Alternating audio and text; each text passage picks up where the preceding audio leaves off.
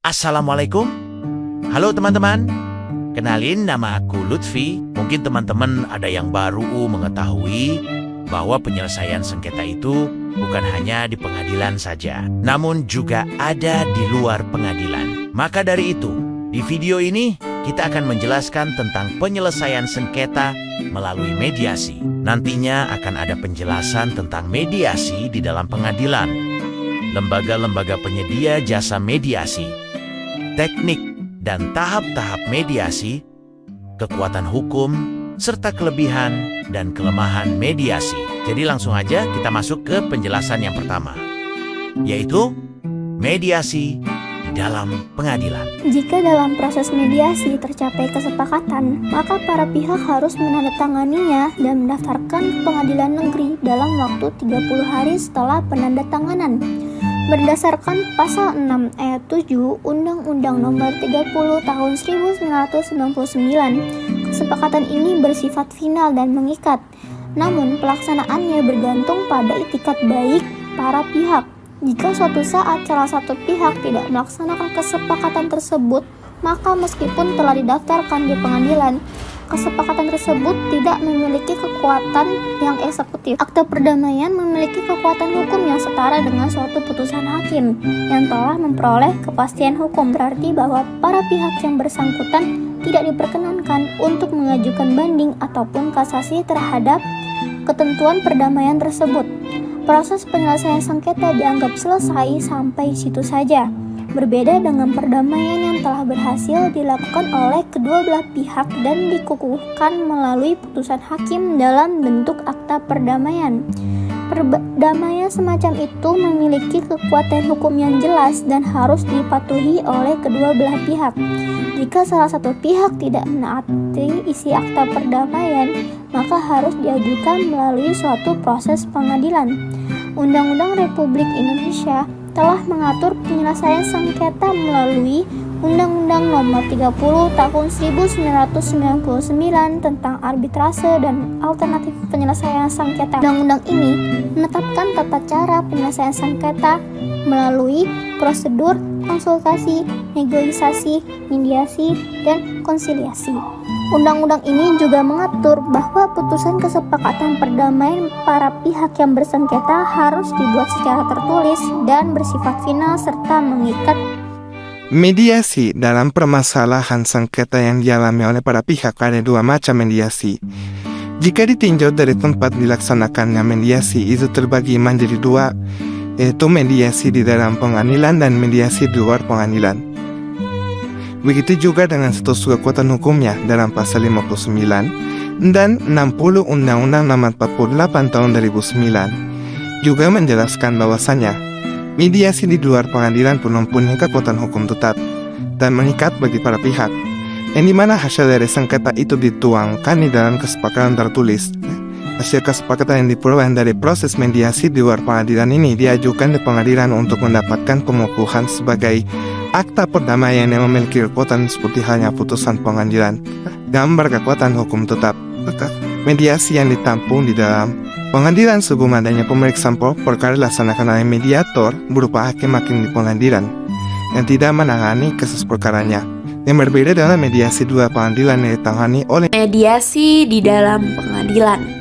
Menurut Peraturan Mahkamah Agung Nomor 1 Tahun 2016 tentang prosedur mediasi di pengadilan, bahwa mediasi adalah cara penyelesaian sengketa melalui proses perundingan untuk memperoleh kesepakatan para pihak yang dibantu oleh seorang mediator. Berdasarkan pertimbangannya, Peraturan Mahkamah Agung Nomor 1 Tahun 2016 tentang mediasi yang diterbitkan pada 31 Juli 2018 lalu itu diterbitkan atas beberapa dasar, yaitu mediasi merupakan salah satu proses penyelesaian sengketa yang lebih cepat dan murah, serta dapat memberikan akses yang lebih besar kepada para pihak untuk menemukan penyelesaian yang memuaskan dan memenuhi rasa keadilan. Pengintegrasian mediasi ke dalam proses beracara di pengadilan dapat menjadi salah satu instrumen efektif untuk mengatasi masalah penumpukan perkara di pengadilan, serta memperkuat dan memaksimalkan fungsi lembaga pengadilan dalam menyelesaikan sengketa di samping proses pengadilan yang bersifat memutus. Hukum acara yang berlaku, baik pasal 130 HIR maupun pasal 154 RBG, mendorong para pihak untuk menempuh proses perdamaian yang dapat diintensifkan dengan cara mengintegrasikan proses mediasi ke dalam prosedur berperkara di pengadilan negeri. Teknik, tahap-tahap, dan mekanisme mediasi. Tahapan proses mediasi yang pertama adalah proses pramediasi, yaitu para pihak dalam hal ini adalah penggugat mengajukan gugatan dan mendaftarkan ke pengadilan. Kemudian ketua pengadilan menunjuk majelis hakim. Pada hari pertama sidang, majelis hakim wajib mengupayakan perdamaian kepada para pihak. Para pihak dapat memilih mediator, hakim atau non-hakim yang telah memiliki sertifikat mediator.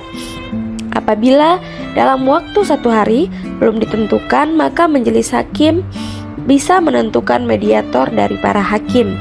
Selanjutnya, proses mediasi. Setelah menunjuk mediator, para pihak wajib menyerahkan fotokopi dokumen yang memuat dokumen perkara, fotokopi surat-surat yang diperlukan, dan yang terkait dengan sengketa. Selanjutnya, mediator wajib menentukan jadwal pertemuan untuk menyelesaikan proses mediasi. Mediator wajib mendorong para pihak untuk menelusuri dan menggali kepentingan para pihak dan mencari berbagai pilihan penyelesaian yang terbaik. Apabila diperlukan, kaukus atau pertemuan antara mediator dengan salah satu pihak tanpa kehadiran pihak lainnya dapat dilakukan. Yang terakhir adalah proses akhir mediasi. Jangka waktu proses mediasi di dalam pengadilan paling lama adalah 40 hari kerja dan dapat diperpanjang lagi paling lama 14 hari kerja. Jika mediasi menghasilkan kesepakatan, para pihak wajib merumuskan secara tertulis kesepakatan yang dicapai dan ditandatangani oleh kedua pihak, di mana hakim dapat mengukuhkan sebagai sebuah akta perdamaian. Apabila tidak tercapai sesuai kesepakatan, hakim melanjutkan pemeriksaan perkara tersebut. Mediator perorangan, swasta maupun lembaga independen di dalam metode di penyelesaian sengketa yang dikenal sebagai Pusat Mediasi Nasional. Selain itu, dalam penyelesaian mediasi di luar pengadilan juga dapat ditangani oleh mediator dari lembaga penyedia jasa mediasi yang sudah terakreditasi oleh Mahkamah Agung sebagaimana yang telah dikoparkan. Pelaksanaan mediasi dalam menyelesaikan berbagai sengketa yang dilakukan oleh para pihak juga terkadang mendapat kebuntuan yang berakhir dengan proses litigasi. Tetapi mediasi juga menjadi bagian yang cukup ampuh dalam menyelesaikan beberapa persengketaan yang dialami oleh para pihak yang mencari keadilan. Adapun konsep keadilan yang diterapkan di dalam permasalahan para pihak tidak hanya terbatas pada proses litigasi, tetapi juga pada upaya kolaboratif para pihak untuk dapat membuat kesepakatan bersama.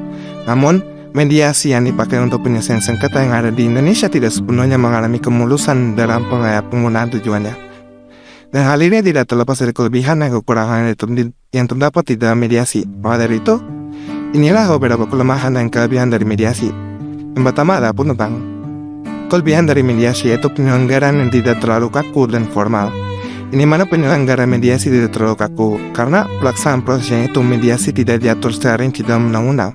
Maka para pihak mempunyai kebebasan dan tidak terikat birokrasi seperti proses pengadilan. Yang kedua, Anda penyelesaian perkara dengan biaya ringan dan proses yang cepat, di mana mediasi merupakan proses penyelesaian sengketa yang relatif ringan biayanya dan tidak memerlukan waktu yang banyak jika dibandingkan dengan proses litigasi atau berperkara di pengadilan. Soalnya ada hemat waktu dan menghindari keterlambatan karena hal-hal prosedural. Pelaksanaan mediasi yang dilakukan untuk menyelesaikan sengketa cenderung lebih cepat dan tidak menempuh prosedur yang berbelit-belit seperti halnya berproses di litigasi. Pengacara bebas menentukan pilihan hukum, di mana para pihak yang menyelesaikan permasalahannya melalui mediasi dapat menentukan pilihan hukum untuk menyelesaikan masalahnya, juga proses dan tempat penyelenggaraan mediasi. Adapun bersifat rahasia, konfidensial dan privat, di mana pada umumnya mediasi dilaksanakan secara tertutup, rahasia dan privat, di mana hanya para pihak dan mediator yang menghadiri proses mediasi. Sedangkan pihak lain tidak berkenankan untuk menghadiri proses mediasi.